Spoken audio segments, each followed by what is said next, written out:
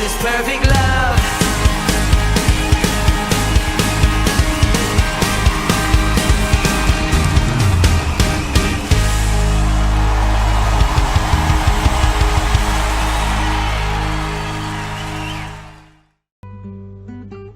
Shalom Bapak Ibu Saudaraku yang terkasih di dalam Tuhan.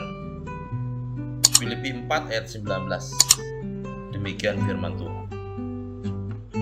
Allahku akan memenuhi segala keperluanmu menurut kekayaan dan kemuliaannya dalam Kristus Yesus. Bapak Ibu Saudaraku yang terkasih, murid-murid Yesus pernah kalanya merasakan putus asa. Mereka merasakan kehilangan, bahkan kecewa, karena Yesus ternyata memilih mati di atas kayu salib. Di dalam pikiran mereka, Yesus pasti akan melepaskan dirinya dari rancangan dan rencana jahat. Namun, pengharapan mereka seakan pupus dan sirna diterpa angin. Semangat mereka menjadi pudar saat mereka melihat Yesus berdiam diri dan memberikan nyawanya. Namun di dalam Yohanes 21 ayat 1 sampai dengan 14, kita mendengar kisah yang begitu indah tentang perhatian dan pemeliharaan Tuhan bagi murid-muridnya. Dikatakan, kemudian Yesus menampakkan diri lagi kepada murid-muridnya di pantai Danau Tiberias, dan ia menampakkan diri sebagai berikut. Di pantai itu berkumpullah Simon Petrus, Thomas yang disebut Didimus, Nathanael dari Kana yang di Galilea, anak-anak Zebedeus, dan dua orang muridnya yang lain. Kata Simon Petrus kepada mereka, "Aku pergi menangkap ikan." Kata mereka kepadanya, "Kami pergi juga dengan engkau." Mereka berangkat lalu naik ke perahu, tetapi malam itu mereka tidak menangkap apa-apa. Ketika hari mulai siang, Yesus berdiri di pantai, akan tetapi murid-murid itu tidak tahu bahwa itu adalah Yesus. Kata Yesus kepada mereka, "Hai anak-anak, adakah kamu mempunyai lauk pauk?" Jawab mereka, "Tidak ada." Maka kata Yesus kepada mereka, "Tebarkanlah jalamu di sebelah kanan perahu, maka akan kamu peroleh." Lalu mereka menebarkannya, dan mereka tidak dapat menariknya lagi karena banyaknya ikan.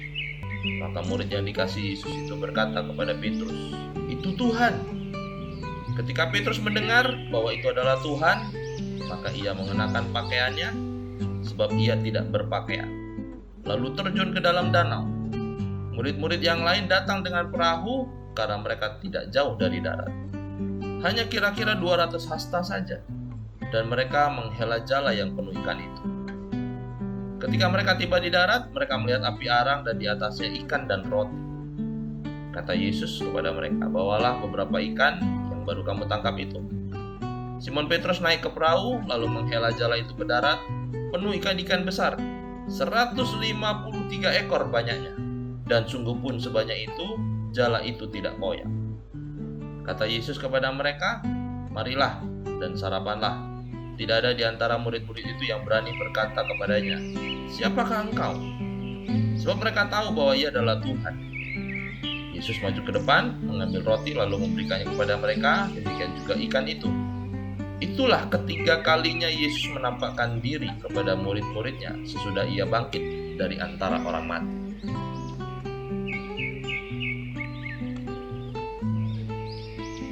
Di saat mereka sedang kehilangan Yesus, dalam kesedihan mereka kembali kepada kebiasaan mereka yang lama, ke laut yang sama, ke jala yang sama, ke pengharapan yang sama. Dan ketika itu, mereka hanya ingin mendapatkan makanan untuk hari itu. Namun Yesus mengetahui akan setiap keletihan dan kepedihan hati daripada murid-muridnya. Yesus tahu caranya bagaimana memulihkan mereka secara utuh, di dalam roh, di dalam jiwa, dan di dalam tubuh mereka. Maka Yesus pun memperlihatkan diri kepada murid-muridnya. dan mempertanyakan akan kebutuhan dasar mereka saat itu, yaitu lauk pauk. Dan bagi Yesus, untuk mendatangkan berkat melimpah itu tidaklah susah. Bahkan bisa dibilang begitu mudahnya, hanya dengan satu kalimat. Dan ketika Yesus memberikan perintah, para murid yang mungkin sudah lelah karena tidak mendapatkan apa-apa sepanjang malam, saat itu juga mereka berbalik dan melemparkan jala. Dan mungkin juga bukan berarti mereka menginginkan adanya ikan, tetapi hanya sekedar mendengar dan melakukan saja. Mereka hanya meresponi. Tetapi apa yang mereka dapatkan dengan mengikuti perintah Yesus itu? Mereka mendapatkan jauh lebih besar jumlahnya dari yang mereka pikirkan. Mungkin mereka hanya berpikir untuk menjala beberapa ekor ikan dengan jerih lelah mereka sendiri. Tapi setelah mereka melakukan apa yang Yesus perintahkan, mereka mendapatkan 153 ekor ikan dan besar-besar. Hanya dalam sekali lempar jala, mereka mendapatkan begitu banyak ikan. Jala mereka dipadati dengan ikan yang besar-besar, tetapi dikatakan jalanya tidak menjadi koyak. Hal ini memberitahukan kepada kita bahwa seandainya saja berkat itu dikehendaki oleh Tuhan untuk menjadi milik kita, maka kita akan sanggup untuk menampungnya. Karena ada banyak orang, ketika mereka diberkati, mereka tidak kuat menerima berkat yang besar. Dan akhirnya mereka akan jatuh dan menghilang di telan dunia, di dalam kemewahan yang mereka nikmati.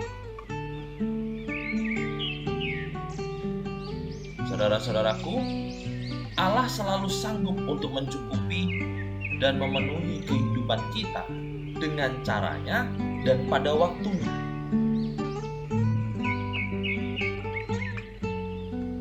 Ketika kita di dalam kelelahan dan keputusasaan, kita bisa menjadi bodoh, seperti murid-muridnya. Mungkin kita juga berpikir, jika Tuhan juga tidak memperhatikan. Tetapi ketahuilah, Tuhan sedang mengarahkan pandangannya kepada kita yang sudah semalam-malaman berusaha, tapi kita tidak menghasilkan apapun. Tuhan bukan hanya memperhatikan, namun Ia juga menyediakan berkat yang melimpah jika kita mendengar dan melakukan apa yang diperintahkannya. Malah Tuhan menyediakan apa yang akan bisa kita langsung santap saat itu juga, seperti yang diberikan Tuhan kepada murid-muridnya di tepi pantai. Tuhan pasti akan melihat ke meja makan kita, dan Tuhan pasti akan menyediakan makanan yang secukupnya bagi kita untuk hari ini. Itulah janji Tuhan. Seperti yang tertulis di dalam Mazmur 23 ayat 1-3. Dikatakan, Tuhan adalah gembalaku, takkan kekurangan aku. Ia membarikan aku di padang yang berumput hijau. Ia membimbing aku di air yang tenang. Ia menyegarkan jiwaku. So, saudara-saudaraku, di tengah badai hari ini, janganlah khawatir. Berpeganglah pada firman Tuhan. Berpeganglah pada janji Tuhan. Karena Tuhan mengasihimu lebih dari yang bisa engkau perkirakan. Tuhan Yesus memberkati.